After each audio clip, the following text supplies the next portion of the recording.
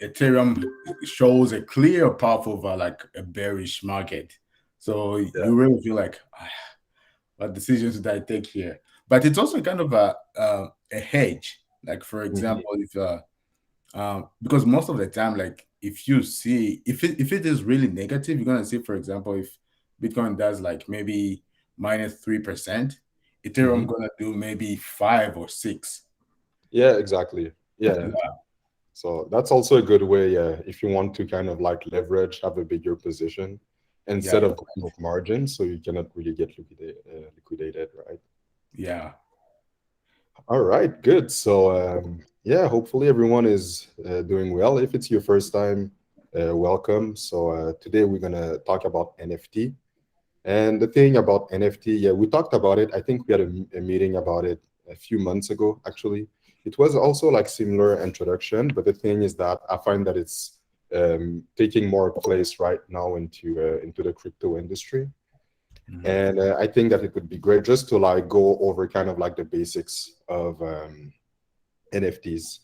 So what I'll do, I'll probably just go over OpenSea, which is one of the major platform for NFTs, and just go into details about like how you can maybe create a strategy about NFT, how to understand also what's a good investment, what's a bad one as well. So if you have any questions, you can please just write them in the chat. You can also raise your hand, so probably Emmanuel is going to be able to tell me if there is any questions. But Yeah. yeah, exactly. So first of all, yeah, I'll just start brief introduction. We know that NFT stands for non-fungible token. So the thing is that it doesn't mean a lot to a lot of people, right? Just non-fungible token. But the thing to understand is that it's something that is, first of all, it's not. I would say since it's in crypto on the blockchain, it's not something tangible, but it's something that you can own. So a good thing that I can compare NFT with is a bit like a lot of people talk about like hockey cards, right? Just Yeah. about like anything that you can collect, right? So that's basically the same principle, but it goes on the blockchain. And the thing that the blockchain offers is that we know that with transactions and all, it goes with ownership. So let's say me, if I have some Bitcoin. I want to send some to Emmanuel. First of all, I have my address. I own this address. Emmanuel has his address. I send it to his address, and then he has the Bitcoin. So same thing with the NFT. It's basically something that you own on your address, and that puts you on the blockchain. So now, in terms of NFT, we see that a lot of different things can be created, but a lot of time it's going to go with everything digital, right? So like digital art. We can talk about music, about pictures, videos, everything that is digital that can be on the blockchain can actually become an NFT. And that is was first initiated by Ethereum, where they have the Ethereum blockchain. So it's possible, let's say, if you're on the Ethereum network, to own NFT on your at your Ethereum wallet. Hopefully, it's not too. I didn't go too fast on that. I just wanted to, yeah, just give a brief introduction about that. Now I'm going to share my screen. Emmanuel, is there anything you would like to add first? Um, Not really. What you said is definitely pretty clear there. Maybe another thing that's generally just to add there is the fact that, of course, your NFTs right now they're all on your wallet only. So there is no really centralized exchanges where you can store your NFTs, but rather you have to store them in or on your wallet.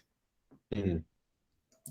Yeah, I'm not sure about the Binance NFTs. I haven't tried to get some from the Binance marketplace, but I believe them as well. For them as well, you have to transfer them directly to your wallet.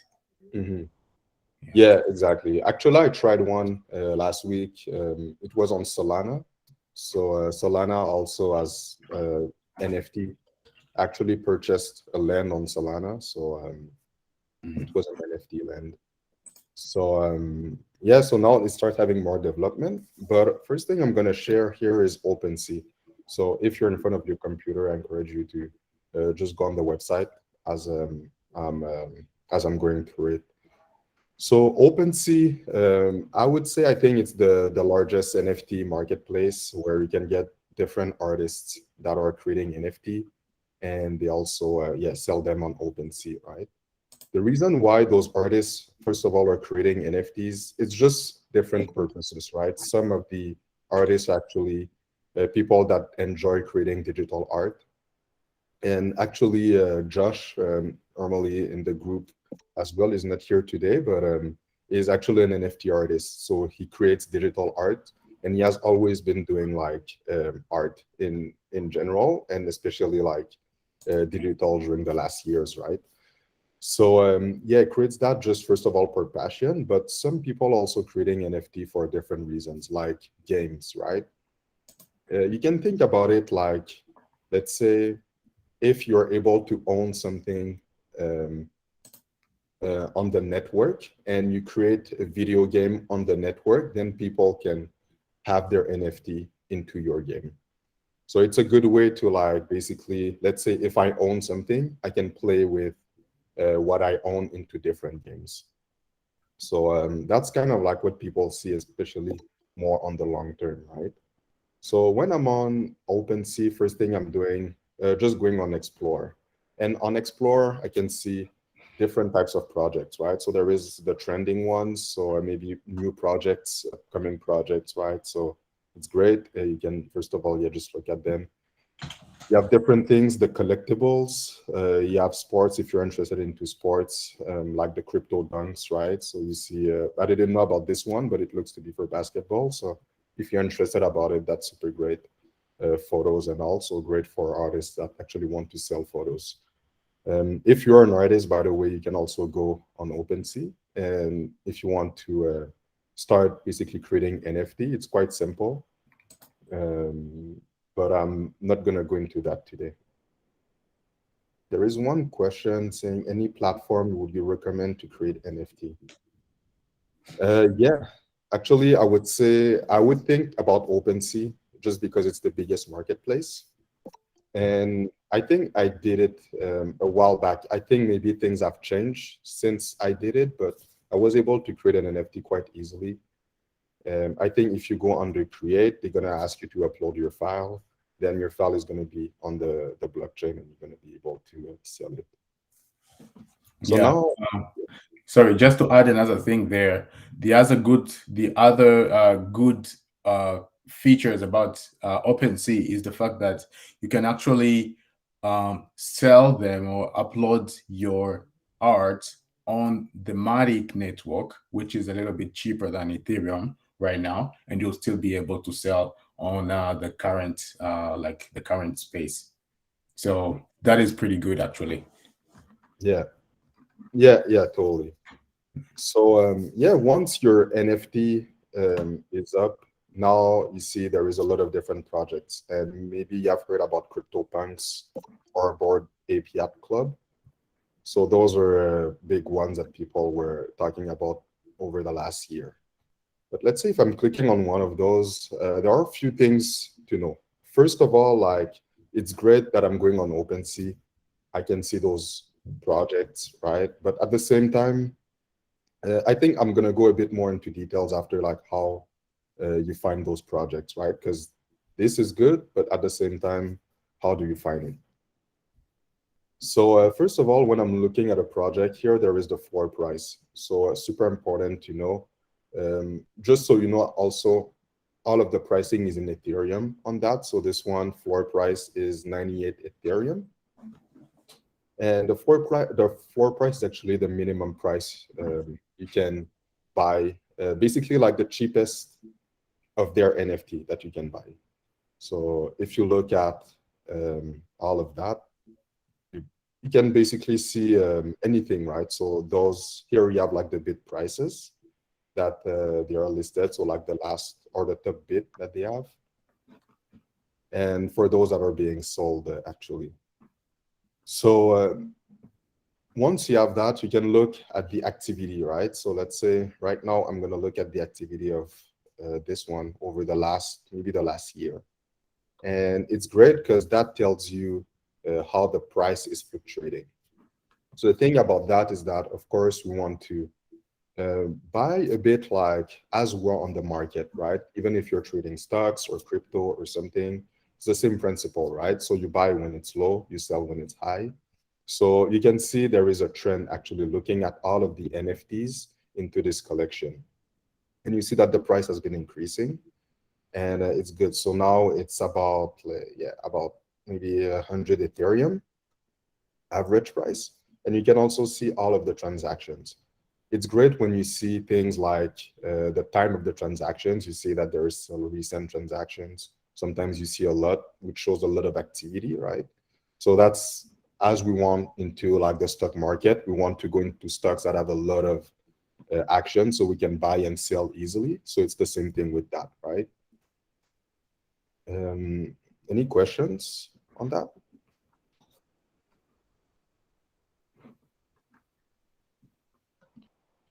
All right, great. So hopefully I'm not going too fast. Yeah, maybe just to add also, I don't know if you plan you're gonna talk about this later, but another thing or another feature to really consider when you go to the marketplace is verifying if the actual seller is a verified seller. Because the thing with these NFTs, anyone who has access to this, they can literally take a screenshot of this and post it there with a different wallet and trying to sell it to you, and it's Hmm. definitely going to get on the market. And if you don't know what you're doing, you can definitely fall into that trap. But Hmm. by verifying that the seller is a verified seller and that is the actual club or the actual artist that is selling that NFT, you are in a little bit of a better position to be buying from an authentic artist. Hmm. Yeah, yeah, exactly. And for that, it's the same thing as Instagram, Facebook. I think Facebook also is like that. They just have it verified. So that's why next to their name, they have that. So if you go to the collection, you see the floor price, the volume, and the verify batch. Mm. So now, yeah, basically there is a lot. I'm just going to click on the first one. So if you go over the first one, if you're interested in purchasing it, then you can just click on place a bid.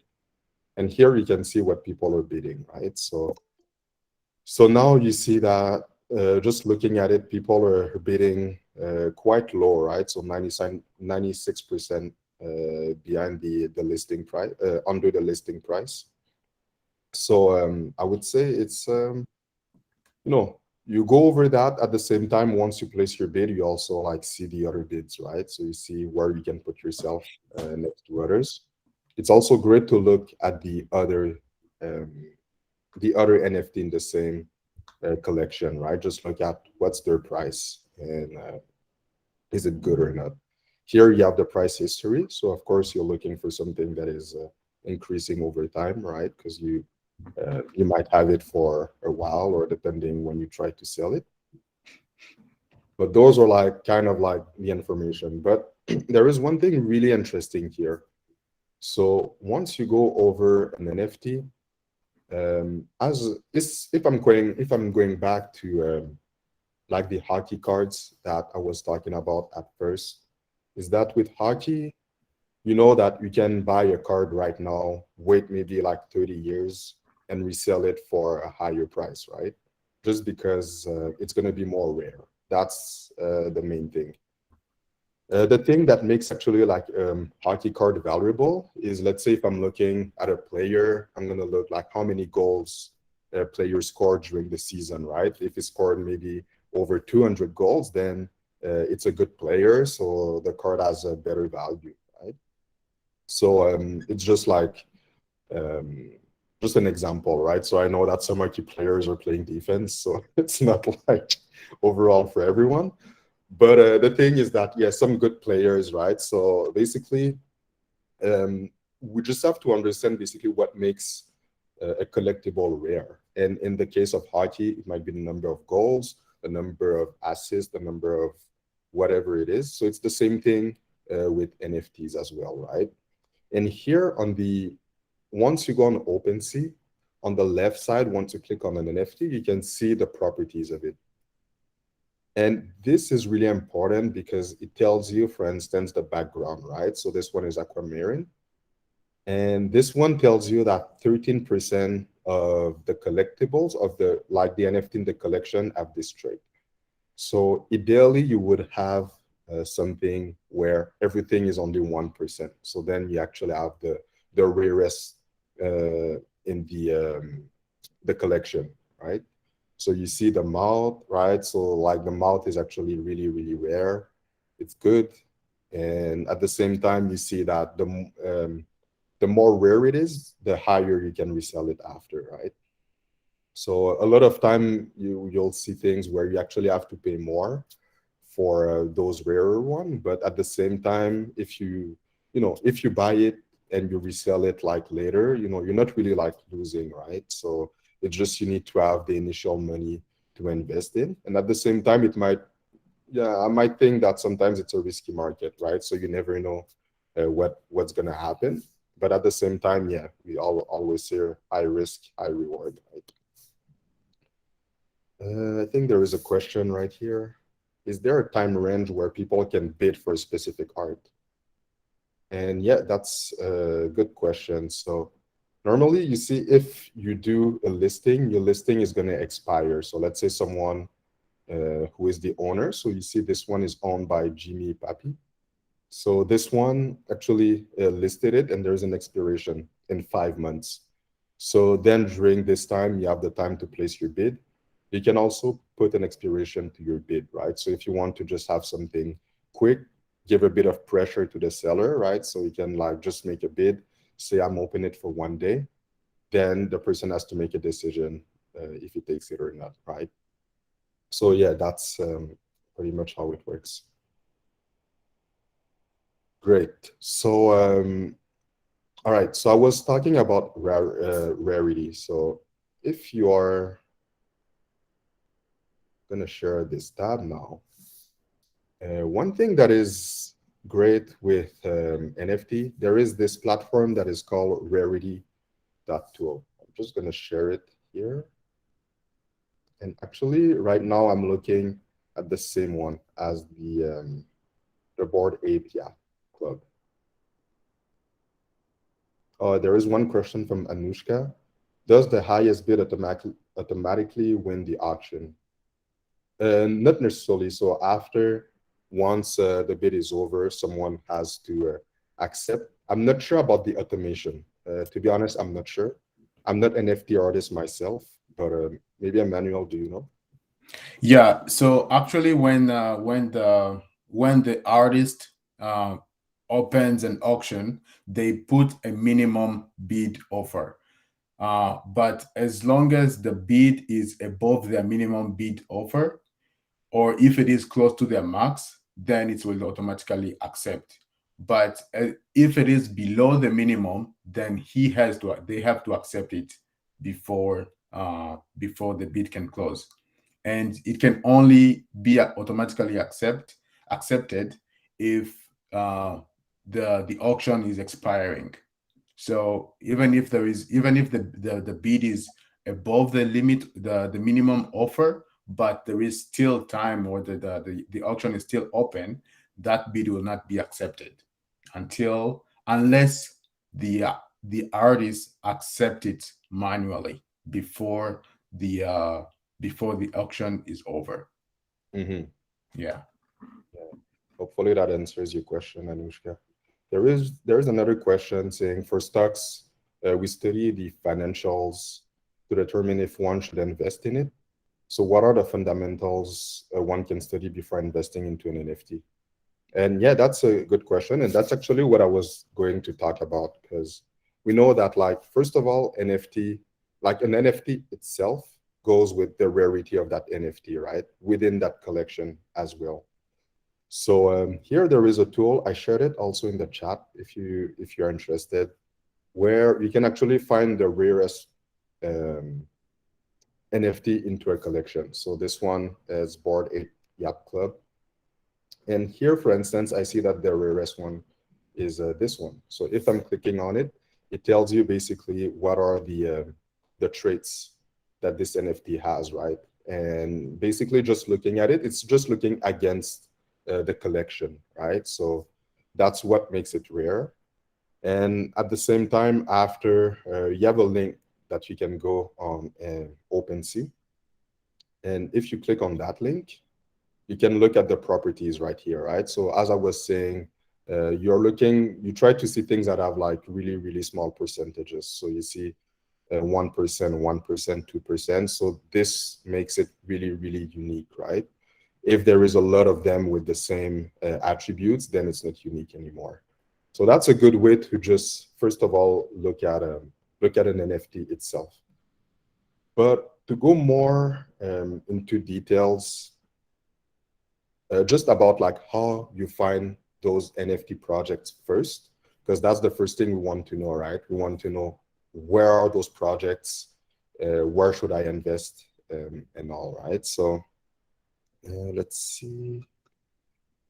Okay, so yeah, most of the projects they have all of their social right here, at the bottom. And I personally think that the best place where we can find those projects, the new projects especially, it's on those social media, right? So if you go on Twitter, you go on Discord, you have to join a bit like just some chats, see what's going on, who is involved into those projects. And that's the best way, I think, to actually find new projects, right? If you want to invest into new projects. And the thing is that it's the same thing with cryptocurrencies. If you're interested into new crypto, you need to go find them because they're not going to come to you, right? And it's after once they get released, when people start talking about them, then you see it. But the opportunity is not lost, right? Because as I said earlier, you can still buy your project now. And you see this one that I have on the screen right now, the price is still increasing, even if it's a project that has been there for a while. The only thing is that it might be a bit harder to get in because of the price. Okay, there is one question from Ron. So if you are the copyright holder of a photograph that you took and see other people are selling your photograph as an NFT, what can you as a photographer do to protect your copyright infringement? It would be a really, really good question for Josh, actually. Maybe Emmanuel, do you know about it? Yeah, unfortunately, I'm not very well informed, but I don't believe there is that kind of regulation in NFT yet. That is also why it comes to really confirming that you are buying from the authentic or like the actual artist when you're buying something, and and also it really comes um, to like really art, something that is not easily accessible. Like if you really have something, like for example photography, if you posted it somewhere else, then there is a chance that somebody else going to just take it and put it somewhere else. Mhm, And if yeah, but if it's an art and like you really did the art by yourself, you can literally like maybe for example put your signature down on the art. But it's really a gray area, to be honest, because it is digital. They can change, they can literally remove your name on the art via Photoshop and then post it. So it's currently a really gray area. mhm. Yeah, Yeah. exactly. And I would also encourage people that are doing digital art, like digital artists, to actually maybe protect a bit more what they do, because it's actually like true. Like anyone can actually download everything and create a collection with it. But at the same time, in terms of legal, after it's hard to prove who is the owner, and especially on the blockchain, it's even harder because you see that a lot of people have nicknames, right? So it's not really related to anyone. So yeah, be yeah, super careful with that. There is one question about the properties. So the properties of the NFT. I'm just gonna re-explain it quickly. So all of the collections come with different properties, and basically the project owner decides the property that they want to put, right? So in this case, we have like the background of the NFT. You see this one is aquamarine. Otherwise, there is the earring. And you see that like they say only 8% of all the NFT in the collection have this earring. 13% have this background. And yeah, exactly. So those are the properties really related to that. And based on that, it tells you how rare it is in the collection. I forgot a bit how they, I don't really know this project that much, but I know that when they generate those NFT, they really think about that. Some of them are actually generated automatically. I think this is what CryptoPunk was doing. So they don't really have control over like the rarity of, of an NFT. It's just randomly generated, and all of those properties after tells you the rarity. Yeah, maybe just to add on that, it's also really depends with the actual NFT that you are buying or the collection you are buying, because there is now this other I there is another type of NFT that is coming up, which is I can say like a community and access type of NFT in a way that, for example, if you own an NFT, you have access to this type and this type of service. Now, depending on the properties of that NFT, it can upgrade you from maybe like a diamond member to a gold member and to a premium member and stuff like that. So Mhm. those properties are what differentiate everybody from that actual community. Within that actual community, first of all, by getting the NFT, you be a part of the community, and secondly, now by the type of properties that your NFT has, then you differentiate yourself from that community itself Mhm. and get like a VIP value or something like that. Yeah, yeah, exactly. There is one question from Rachel. So asking, if I purchased a Bored Ape NFT, can I edit, update, and sell it as a new NFT? So yeah, basically, you can actually do that. You can download a photo and just re-upload it. The only thing is that basically once you do that, so same thing if we go back to legal stuff, like if you download, you see that there is the verified thing, right? So for instance, some projects like this one, which is really big, if you try to download them and re-upload them, then probably it's not really going to work, or people, as Emmanuel was saying, are going to buy from the verified one. Um, the only thing in terms of legal, I don't know exactly what's legal or not. I cannot say much about it. So I know for myself, I'm doing photography on the side. So I know that there is like a lot of different regulations, also depending on the country that you're in, about who owns a photo. And that brings me to the question that Fernando is asking, if it's legal to download like any celebrity photo found online and turn it into an art. So that it really depends actually on the yeah, your country, and what's the regulation on the photo. Because for instance, we know that in some countries, if you take a photo of someone, the person who took the photo belongs to the person who took the photo, not the person on the photo, right? So that's why if you take one of those photos, you have to make sure that it's actually legal to take it and to use it for reselling purpose. Most of the time you can't, but yeah, I would say it really depends. Yeah. Uh, Mhm. yeah. Also, like to add on that, to add on the first question from Rachel, if you can download it. Yeah, the thing is, the particular NFT comes with its address. So you can download, by downloading it, you're gonna have the electronic version of it, but it won't be on the blockchain. And when you upload it again on the blockchain, it's gonna have a different address, which will definitely, as the Bryce said, corrupt its authenticity. So yeah, you can download it and edit it and resell it, but now just know that, at least know that the original value has gone, and now it's literally you doing something else. Mhm. Yeah. Yeah, exactly. So how is the ranking of the art on rarity determined? The ranking of the art. So I think it depends. If I understand the question correctly, I think it really depends on the properties of what they decide to use, right? So, like in this case, they decide to use the photo. But I think last week we talked about lens in the metaverse. So you can actually buy those lens on OpenSea.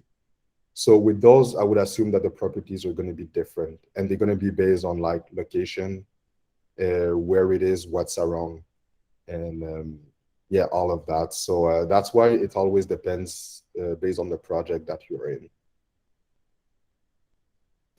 There is one question from Ella asking, what is mint? Emmanuel, do you want to take this one? Yeah, so basically minting is the action of putting the NFT on the blockchain. So for example, an artist can create NFTs and and they give access or they store them on not necessarily on the blockchain, but let's say for example if they're doing it on OpenSea. OpenSea actually has a storage and servers where you can store your NFTs, and when somebody mints it, that means they are putting that NFT to the blockchain, and now it's going to come with an address that's going to go to the person who actually minted that NFT. So yeah, minting sometimes it costs something. It's because it's a transaction on the blockchain. So some artists don't want to spend money into minting 10,000 when they're not 100% sure they have a strong community yet. So they're gonna tell people, hey, if you want this, please mint it yourself. You can mint it, and you're gonna get a free NFT. And yeah, and there's some there's some project that start like that, and then when you mint that, and then when it is minted and comes in the collection, you actually have this value that goes with the collection together. But Mm-hmm. basically, minting is definitely just putting the NFT on the blockchain. Mm-hmm. Yeah. There is a question from Sam basically asking, because most of the charts that I showed actually were just increasing. And that's actually a real good question because it's not always increasing. So thanks, Sam, for bringing that. So right now I'm just showing another project. I just picked a project randomly. So this one is the one I was talking about at first, Crypto Dunks. And here you can see that the price is about the same, right? So the way it fluctuates, it's not like always going up, but what I was showing was really like the major project. So that's why they had a lot of traction, a lot of people involved. So that's why the price was always like going up. So yeah, here is a different project. There is one question from Shakita. Will we be able to access this recording after? Yeah, I'm gonna put it on YouTube after, so probably this week. Fernando is saying, yeah, but with an NFT, you are only selling a token and not the copyright. So yeah, exactly. With an NFT, you're selling, yeah, basically a token on the blockchain. That's why the thing with the copyright, it's not really clear in terms of NFT and all, right? So I would say most of the time, once you find great NFT created by like real artists, so not copied for someone else, you know, because a lot of people are following the project as well, right? So basically, an artist is going to tell, all right, this is what I'm creating, this is what's happening, showing the work of the project and all. And after that, yeah, you're able to know. But in terms of like copyright, there is no document or anything actual like legal, I think, that people are signing to upload those stuff. So there is one question. Few days I created some crypto punk. I created some crypto punks. Can I still sell them on OpenSea? Or I will find difficulty since my account does not have verification. Yeah, so you say, let's say if you create the crypto punks, if you can sell them on OpenSea, I would think that a lot of people try to do it, but at the same time, yeah, as Emmanuel was saying, you won't have the verification badge, and especially since you sell crypto punks, probably OpenSea is gonna flag it really fast, right? That you're basically taking what CryptoPunks has created. So that's why I personally, as an artist, also I wouldn't really encourage it too much to download and re-upload. The main reason is that I'm not sure in terms of legal, it can vary a lot. And at the same time, I would say maybe it's only me, but I try to support artists as much as I can, right? Because it's also tough for them, so they try to do yeah, really like it's great for them actually to have digital art coming, because some artists I know was listening to a podcast one day, and they were saying that it was tough for them to actually get valued for from their work, right? Because if they like to do those things, no one is actually really paying them to do that. So now it's kind of an opportunity for them. So yeah, so I would encourage you to go on OpenSea. Anushka is asking for the YouTube channel, so I'm just gonna share that in the link in the chat. Sorry. All right, good. So yeah, it was pretty much it about the NFT. So as I said, it's a brief introduction. I really encourage you to go on OpenSea. With that, honestly, it's just trying go look at the projects, and I wouldn't suggest to go with too much at first. Like if you like a project, look at the community, go on Twitter, Discord, Instagram, wherever you can follow them, just see like who is working on it, who are the artists. It makes you feel better. And if you have a bit like, for instance, those ones, I wouldn't say to buy those ones, but I'm just saying, looking at that, you see $62. It's great, you know, you try. If you find a project that you like, you follow the project, and eventually it might be good, right? So a great return. So one Mhm. question. Sorry, Manuel. Yeah, we can answer the question first. So Oh yeah. Fernando asked if you do a 50-50 collaboration with a partner, if and that it's basically a trust issue because none of the platforms handle split sales. And Mm, that is actually correct. But another way that you can overcome that is by depends. You can either do what we call a multi-sign wallet, in a way that two people have to agree on signing or any for any expense to be done on a wallet or from a wallet. Or also you can share, if you are partners and you trust each other, then you can share the private key of the wallet. But yeah, for now, it's definitely not an option yet. I haven't seen that. mhm. Yeah. There is one question from Rachel just asking the end value of this, right? All of the NFT. Is it to be used on the metaverse or a digital trading card? Mm, And one thing, the way to answer that question would be to actually go on the project, because some of them have a purpose for metaverse, right? So we know in metaverse, if you imagine a place where people can buy houses and all, then they're gonna have an NFT collection where they basically sell houses that you're gonna be able to use into their metaverse game or something. So some of them have this kind of purpose. Some others are actually really for trading. So let's say we know that NBA Top Shot was doing that, right? Or is still doing that, where you can actually buy NBA moments. So after that, you can like trade them with other people, but it's really people that are fans, right? NBA fans. yeah. Which is super good. So, Um, I will actually also add to that by sharing my screen. I'm gonna share with you the next step of the NFT and where we're kind of heading. Give me just a second here. yeah. Just at the same time, there is one question just asking if Um, Basically, we can use the NFT as a metaverse avatar, like to buy things like maybe jewelries, clothings, and all. It's actually, yeah, what's happening. So in the metaverse, you should probably look at Decentraland. We talked about Decentraland last week. So them, they are actually doing that, right? So you can purchase different things into their lens, and you have things like clothing as well. I think they're selling on OpenSea, so you'll just have to double check. But yeah, still the what's happening. Yeah. So as I was saying, I'm gonna share this video with you guys.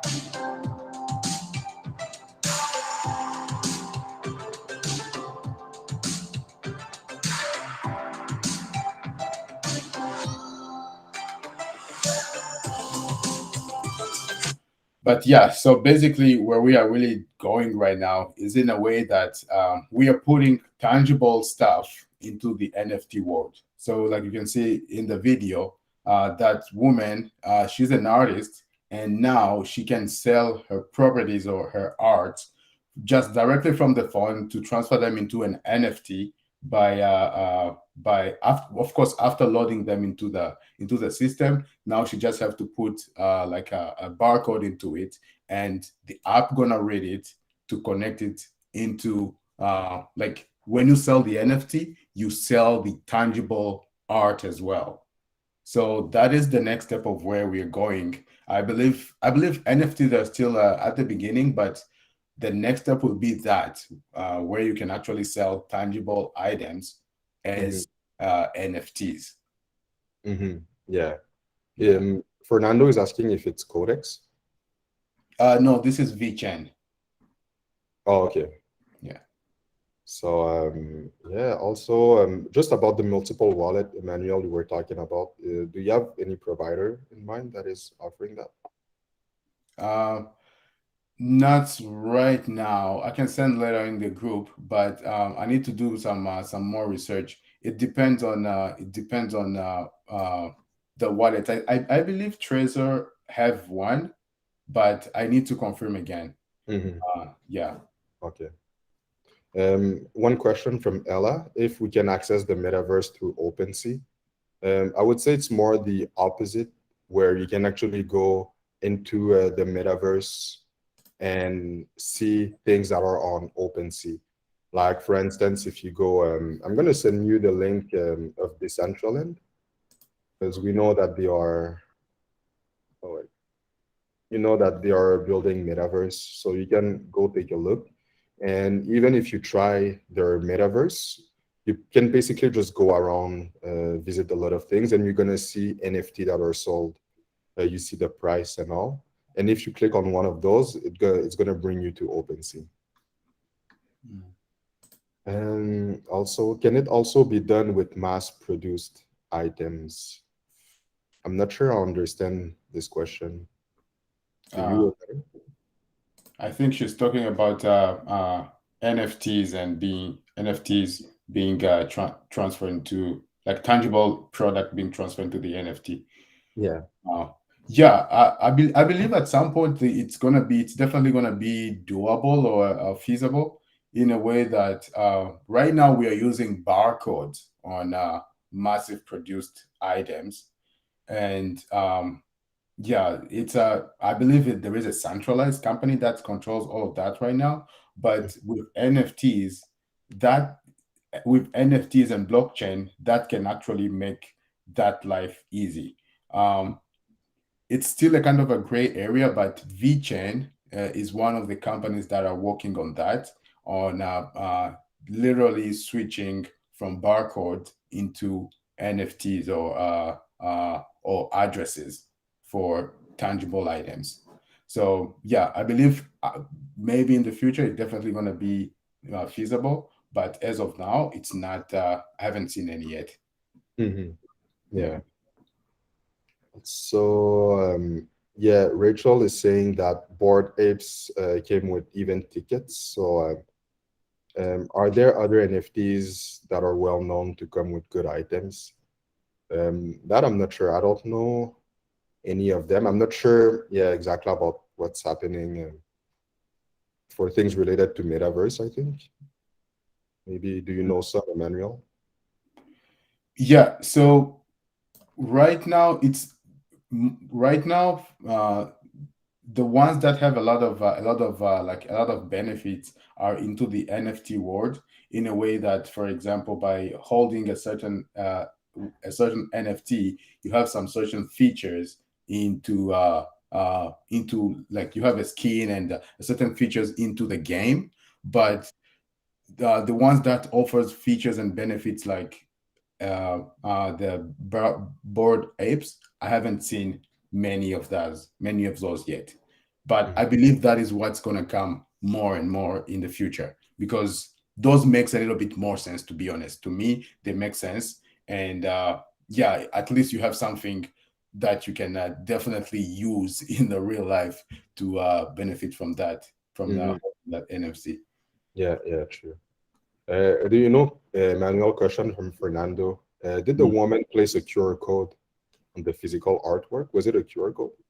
Oh no! So on this one, it was actually like an electronic device attached to the art at the back, Hmm. and the phone can read it. So the Hmm. white stuff there, right there. Oh, not showing my screen, but yeah. So there is an actual like an electronic device attached to the art, and then with the phone, they are reading it.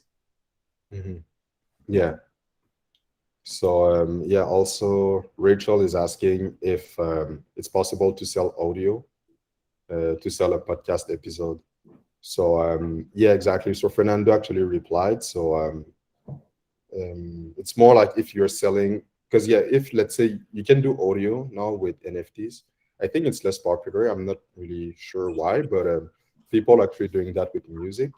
And what Fernando is saying also is that you actually sell the token, right? So related to your podcast. But if you want, you can list it.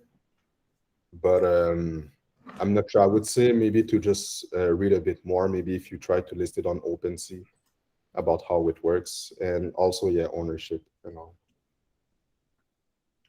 All right, good.